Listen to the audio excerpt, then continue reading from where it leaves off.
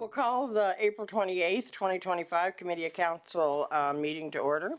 In the spirit of reconciliation, we acknowledge that the land upon which we gather is unceded Mi'kmaq territory, Epiwik, Prince Edward Island. Mi'kmaq is covered by the historic treaties of peace and friendship. We pay our respects to the indigenous Mi'kmaq people who have occupied this land for over 12,000 years, past, present, and future.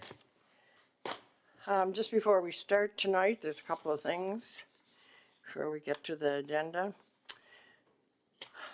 The national, this is May 5th to 12th, I believe it is.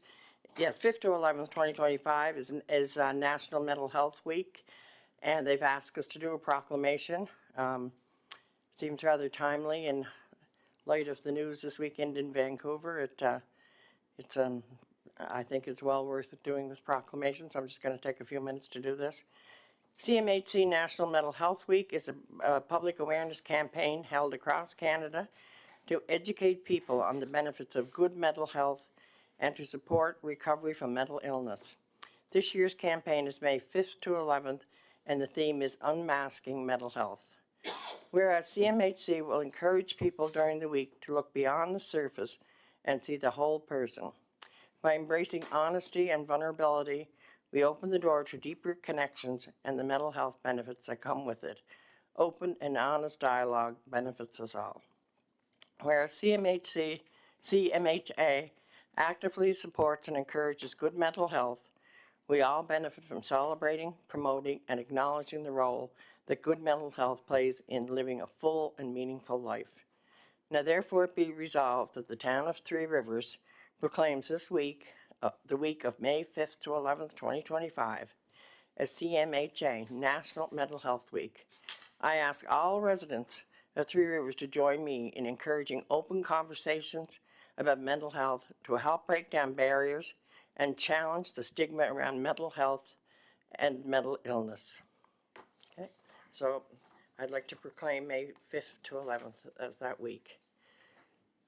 We have regrets tonight from Councillor Spinn and Councillor Van Donkersgoed. And there is something I'd like to clear up from our last meeting that I asked CAO Jameson to do, so I'll let him go ahead with that. Thanks, Your Worship. Just a little bit of a clarification on the comments that were made by Presenter Janice McBeth at the last meeting.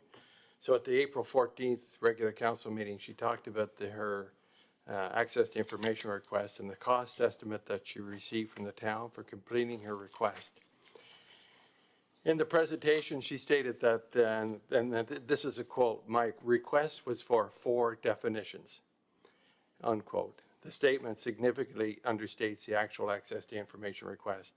For example, she said one of the 4, and there was actually 4 of these, were, and I quote, "any and all records, including but not limited to texts, notes, emails, memos, memorandums, photos, and reports pertaining to definition and definition change requests in bylaw, institutional use, and zone for the institutional zone." And then there was 3 additional requests, one of them around place of assembly, another one around group home, and another one regarding bylaw submission questions.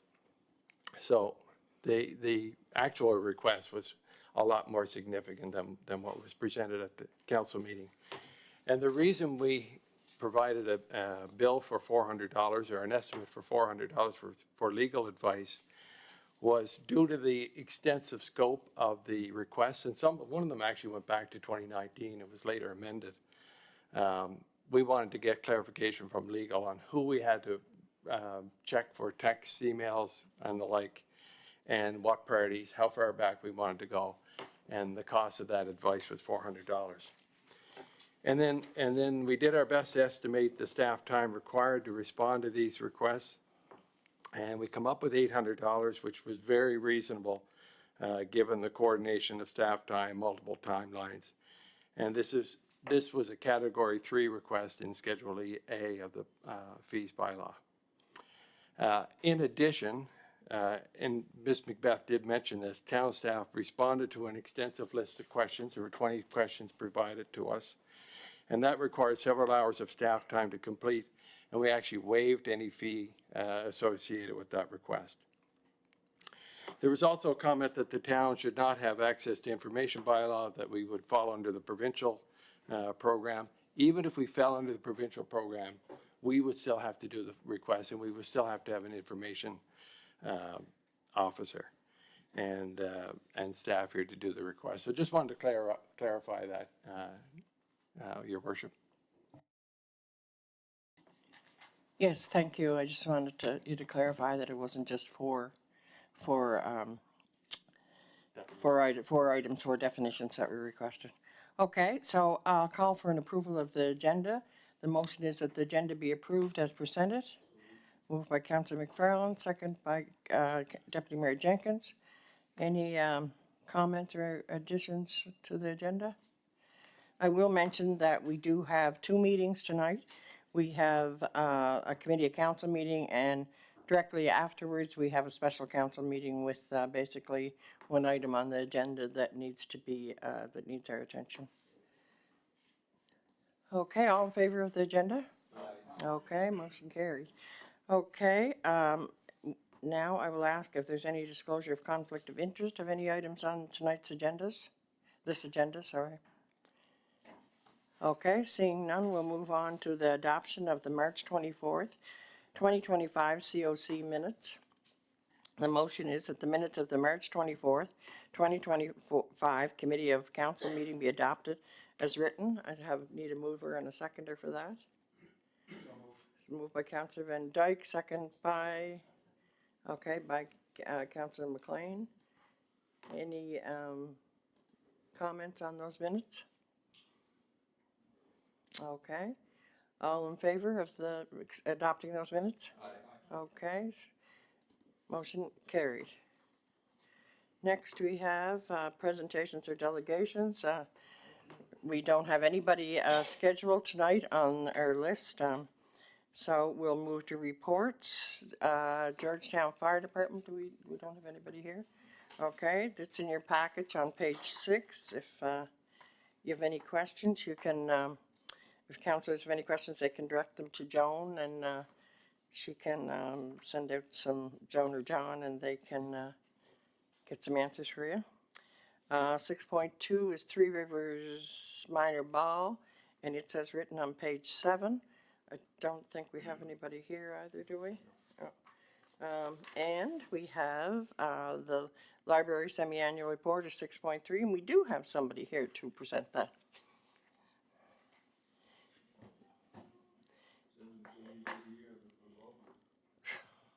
Yeah, we can tell.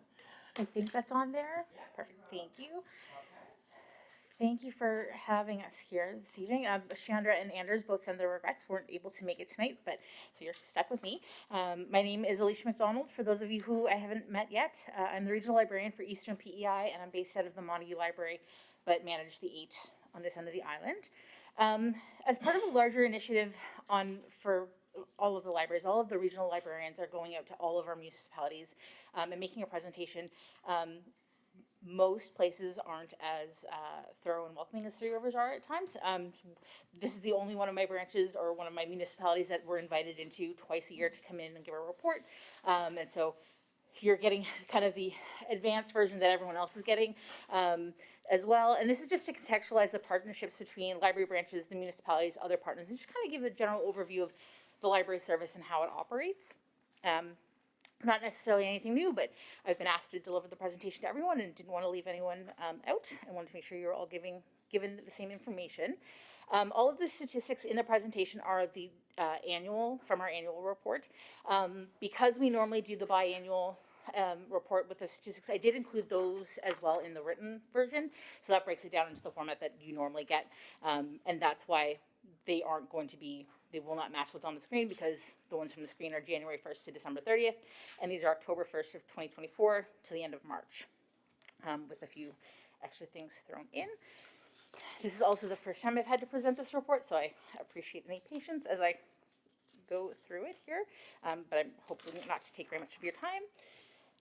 PEI Public Library Service includes 25 public libraries across PEI, including 3 French libraries. It's a partnership between the communities and the provincial government.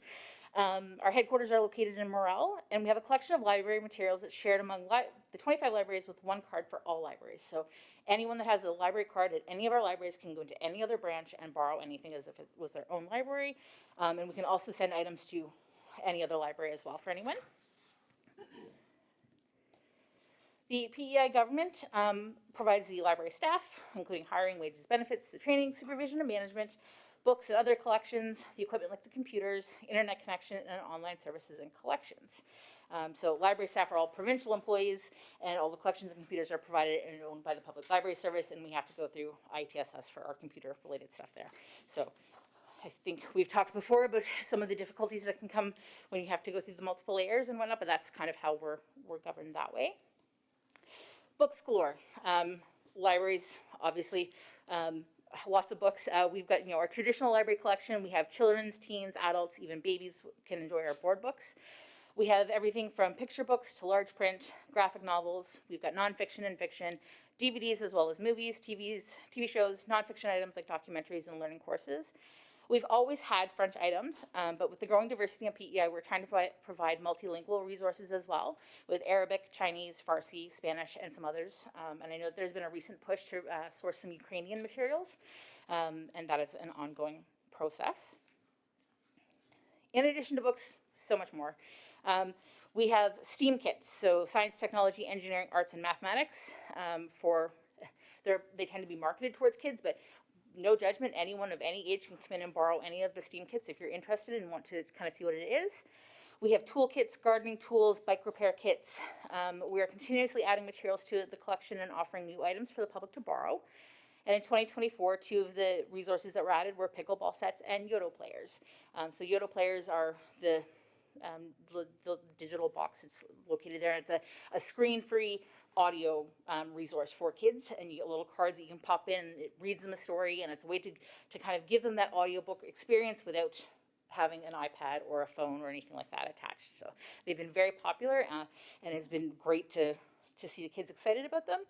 And thanks to our internal delivery system, all items are available at any library in the province. Usually, previously when we had to go externally to mail them, it was anywhere from 4 days to 3 weeks, depending on where in the province you were trying and where you were trying to get it. And now it's usually within 3 days to a week that we can have items from one branch to the other. Digital collections include our online catalog. We also have access to Saltwire publications in the library. So anyone can come in and using our public library computers can access the Guardian digital newspaper, for example. Digital access to Radio Canada's audio and their French audiobook collection. And then our online catalog is available for anyone to search for physical books and any other items in our collection from the comfort of their own home. And they can request those items to be sent to their local library.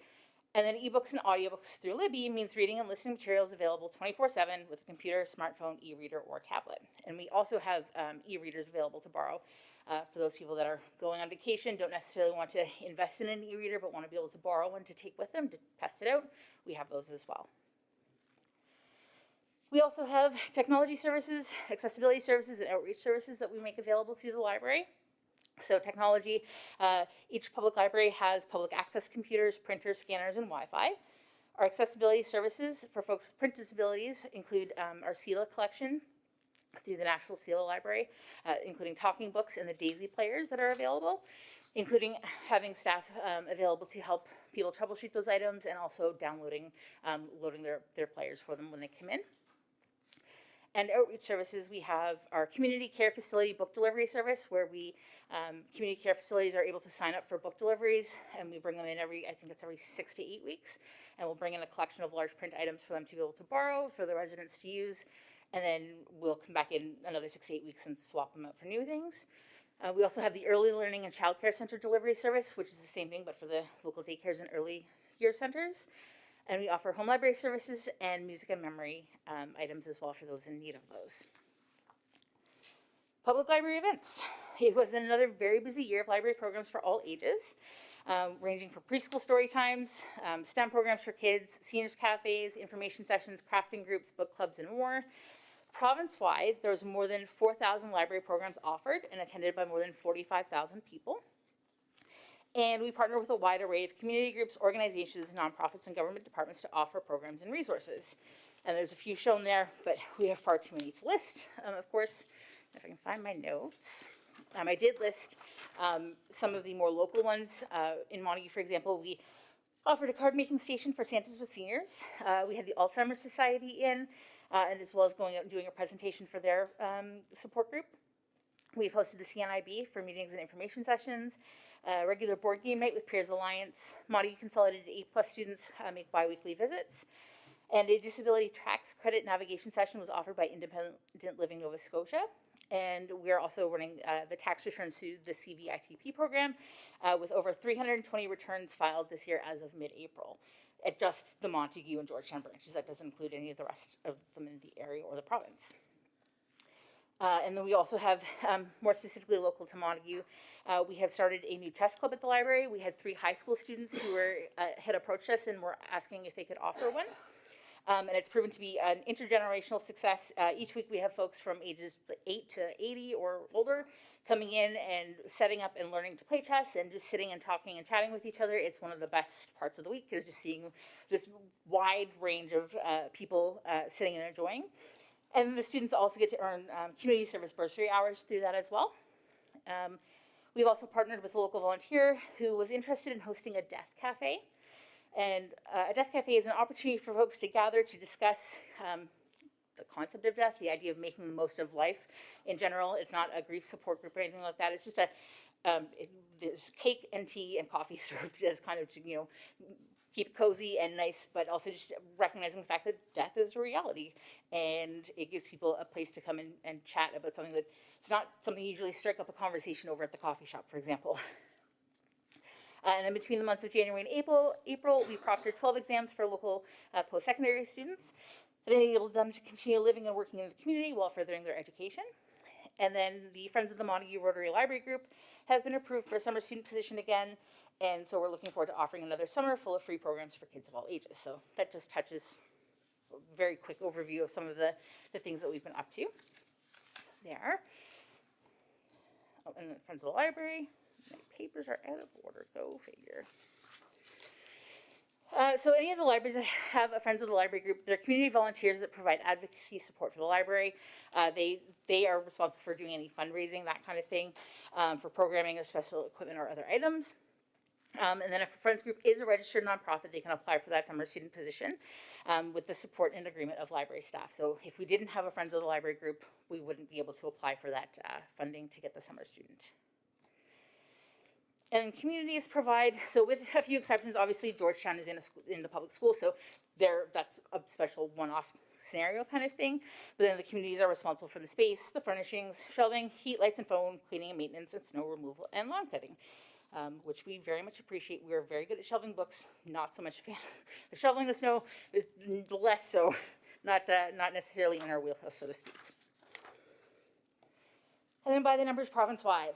Circulation last year, we saw over 634,000 items borrowed across the province, over 39,000 computer sessions, 151,000 ebooks or e-audiobooks were borrowed, over 7,000 new library cards issued, and over 47,000 active library card holders.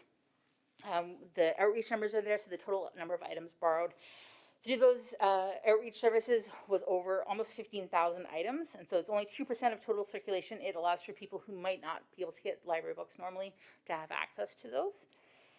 And then there was a 13% increase in program attendance as libraries continue to shift towards being vibrant community hubs as well as loaning out our collections. And then again, so just this was the year at a glance last year for Georgetown. So Georgetown's open 4 days a week for a total of 16 hours. And they had 160 active library card holders and had 162 programs offered with 1,315 attendees, keeping in mind that it's located in a school with a very captive audience for a lot of those programs. Anders and Aaron previously offered programs every week for all of the classes, and it's been a wonderful partnership, and we really appreciate it, but those numbers do need to be viewed in that context, because then as I switched to Montague, we had 221 programs with 995 attendees, which was also fantastic, but against Georgetown numbers, just need to understand why that is there. And we had approximately 42,000 visitors last year in Montague alone. And we are open 6 days a week for a total of 47 hours. It had been 45, and we increased those last fall, which has been a large success. It's been very well received by the community, and the new timing has seemed to have worked well for both communities. So, thank you for your patience. Does anyone have any questions or comments? Thank you very much. We've had library reports as long back as I can remember, I think, John, haven't we? Yeah, we like to hear about the numerous programs, and it's a busy place. One thing I just wanted to say was I had a new grandchild recently. When they got a package from Public Health, they gave them a library card. Oh, wonderful! Yes. Yeah, so I thought that was really neat. Yeah. I don't know where it came from or if it came. I think it's one of the outreach. The children's librarian in Charlottetown does a lot Okay. of the overall provincial programs Yeah. and stuff like that. And I know at one point that they had been doing that, so I'm really glad to hear that it's still an Yeah, ongoing. no, effort, it's so. great. He got his card already. Yeah. Okay, anybody, John? John? Yep. Thank you, Your Worship. To say you're busy is an understatement. Very. All kinds of programs going on. I was really surprised with the Deaf Cafe. That's a great idea to get people initiated, started looking at that. Chess Club.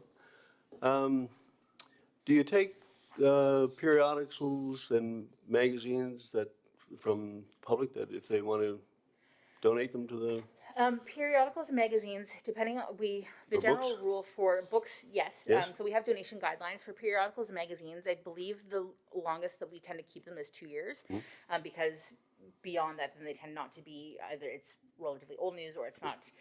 If it's more of the Red or the Island magazine, those ones we 100% take because it's more of a historical perspective, and we always can use them to replace older copies that are starting to fall apart, kind of thing. It depends on the age and that kind of thing. Sure, So, yeah. If nothing else, we don't mind taking them if they're workable to even just have in the seating area there for folks to look at. It is on the radar to look at getting more magazines and having them at the branch itself. We're just looking into sourcing those and where those are going to come from. So. That's great. Fantastic. Keep up the great work. Martina? I think it's amazing, all the programs you do, from even rackets and snowshoes to pickleball. Usually people are cutting back on their hours, and to hear you guys are increasing your hours, that's amazing. That's impressive. What are your hours? Currently, we are open Mondays, Thursdays, and Fridays from 10 to 5. Tuesdays and Wednesdays are 10 to 8, and Saturdays are 10 to 4. Oh, nice, nice. I had another question. In Cardigan, they have the world's smallest library. Has that got anything to do with It's a completely separate entity. I say recently, as though I haven't been back for 3 years now, but it's been on my radar to go and check out. But they're not connected with the provincial library at this point. So. Okay, thank you. Okay, anybody else? Oh. Okay, thank you very much. Thank you very much We'll for your probably time. see you again.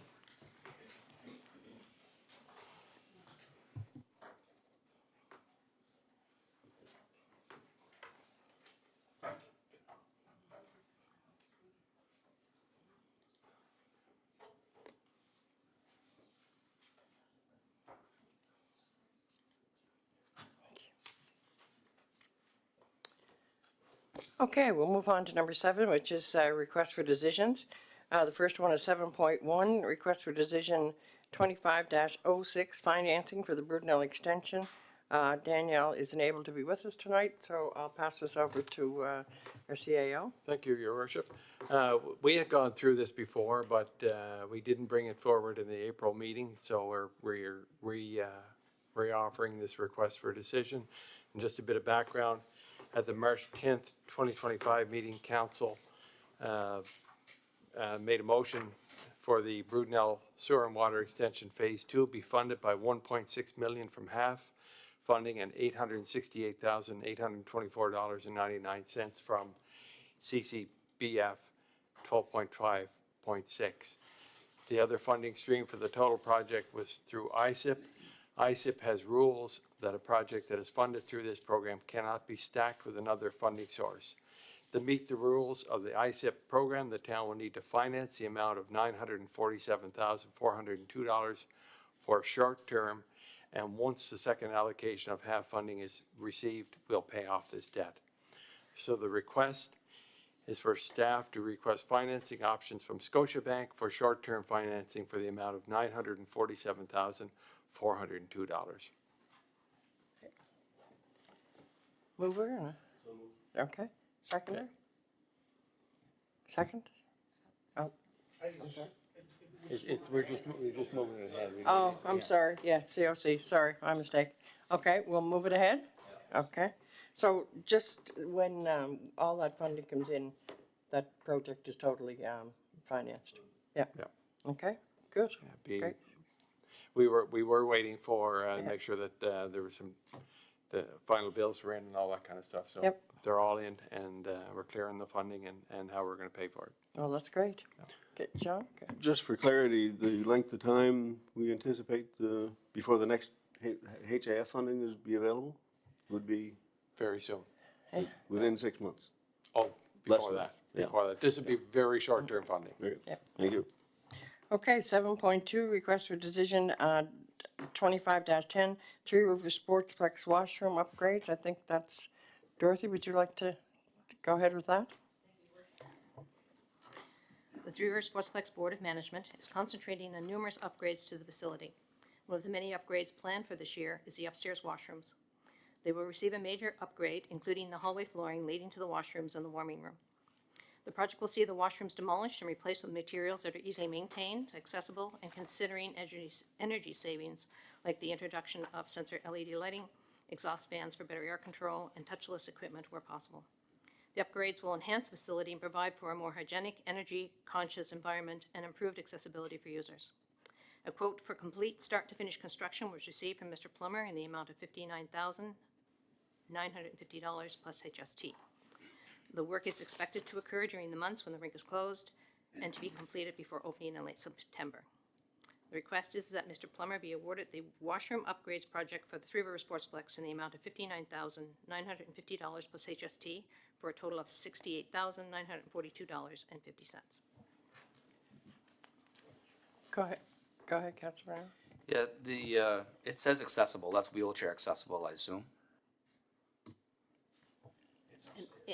In this particular case, it's accessible as in ease of movement and the width of doors and spaces. We can't, because there is no access for people who are really challenged. It just means that if you have limited abilities, they'll be accessible, but not wheelchair accessible because we can't get people up there yet. Okay, so we have wheelchair accessible on the On the bottom lower floor, and the door is now wheelchair accessible Yes, by button? yes. Completed, yeah. Just a question, can we just review the funding on this? Just, I had a question from somebody on the funding for this 68,000. So the funding will come, 16,000 will come from facility upgrades from the town Three Rivers, and the balance will come from the town Three Rivers bank account.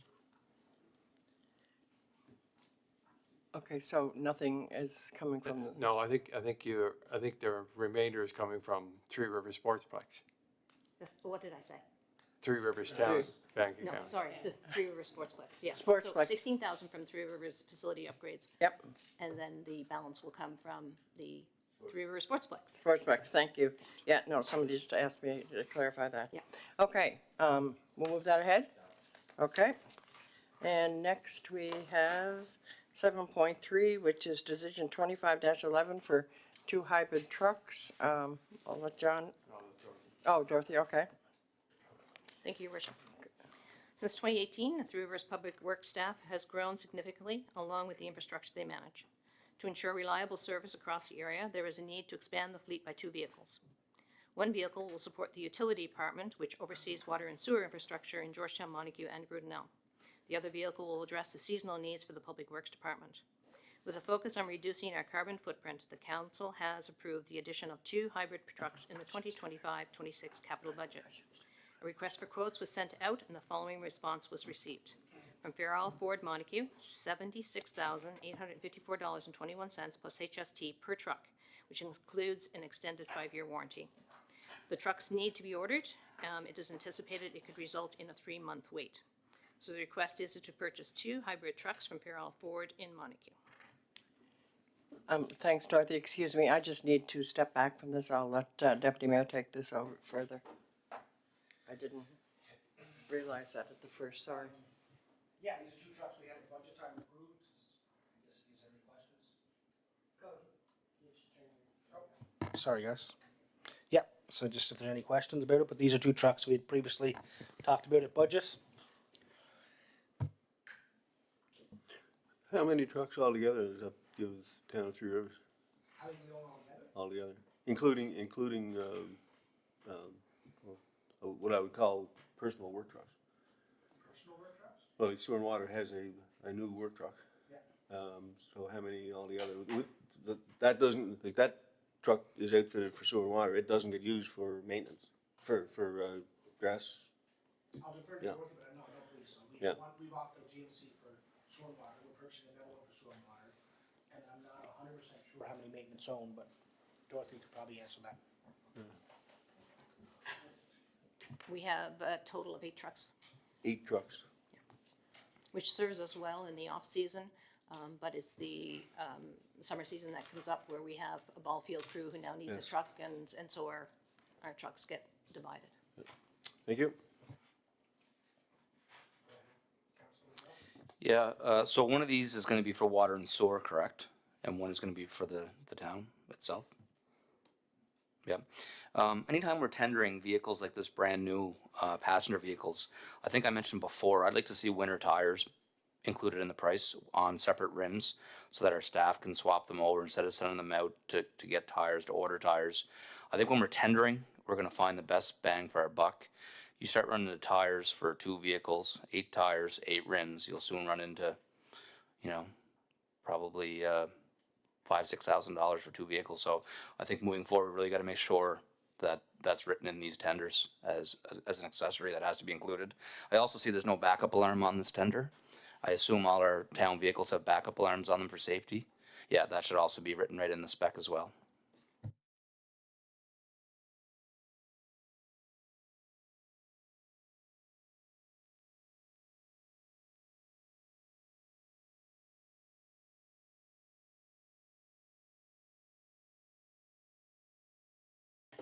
Thanks, Cody. Okay, we have 7.4 is request for decision 25-12 land sale in Georgetown. And I believe you're gonna, yeah. Turn Thank that you. over to John, sorry. Thank you, Your Worship. A bit of background on this one. On November 21st, 2021, the town of Three Rivers, with consent from the PEI Department of Transportation and Infrastructure, granted permission to the Department of Fisheries and Oceans to establish a temporary access road off Kent Street to improve access to DFO's holdings at Georgetown Harbor. The license expired last year on March 31st. The temporary road has alleviated traffic and safety strain on the existing site. It has been identified by DFO that acquiring this land would significantly benefit the users of the DFO facilities, and there's a letter attached. DFO has surveyed and appraised the site at $10,000. DFO is requesting that the town convey ownership of the area, which is 0.107 acres, to the Government of Canada in exchange for the appraised value. 2 easement parcels have been surveyed for its existing stormwater infrastructure. According to the town's disposal of assets policy, the purchaser is responsible for the cost of an appraisal by an independent certified appraiser, a property survey, and all legal expenses. The survey plan, the appraisal, and a letter from the Government of Canada is included in the package. The request to approve the sale of the survey portion of Kent Street as depicted in parcel 2025-1, as depicted in survey plan S-6982 for the appraised value of $10,000. Go ahead, John. Thank you, Your Worship. So if this gets turned over to DFO, will residents still be able to utilize it? We have an agreement with them for that, as well as the. It'll still be public property. Yeah, all right, and we have easements there for sewer and water, I believe. If the land is no longer required by DFO, we get first right of refusal. It'll come back to town. Perfect, thank you. Anybody else? This little parcel of land, that is just, excuse me, in the yellow section shown. Just that little tiny square. It's not got anything to do with the parking up above. No, no, just that little square. Yeah, that's depicted in the attachments. It doesn't extend down to the water. They own the rest of it, yeah. Any more questions? Okay, we'll move it ahead. Okay. And that's the end of this session. I'll call for an adjournment. Okay. Moved by Alan and second by Cindy. Okay. We can move on to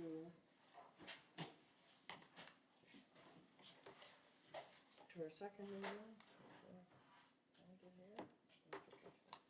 Okay, so I'd like to call to order the April 25th, 2025 special council meeting.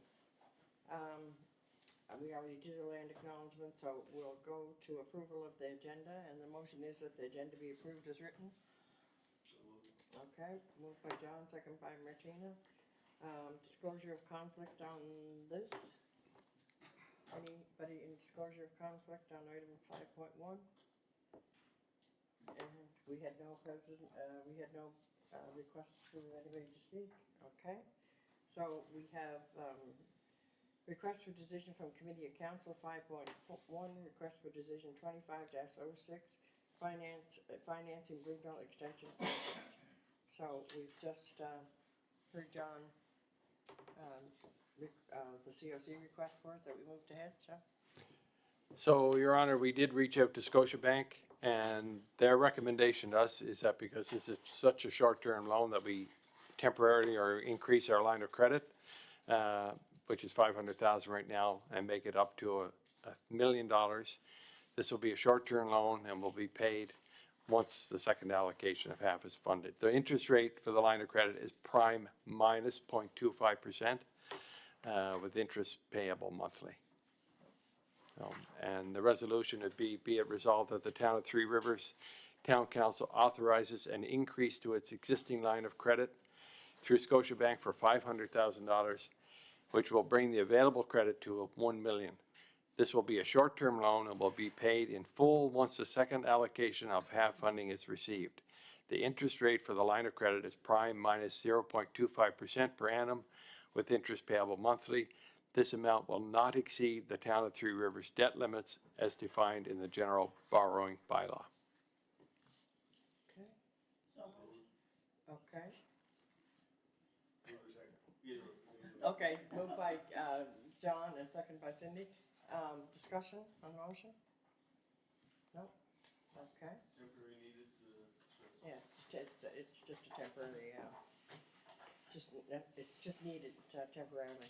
All in favor? Aye. Okay, and that brings us to the end of that part of our meeting, so,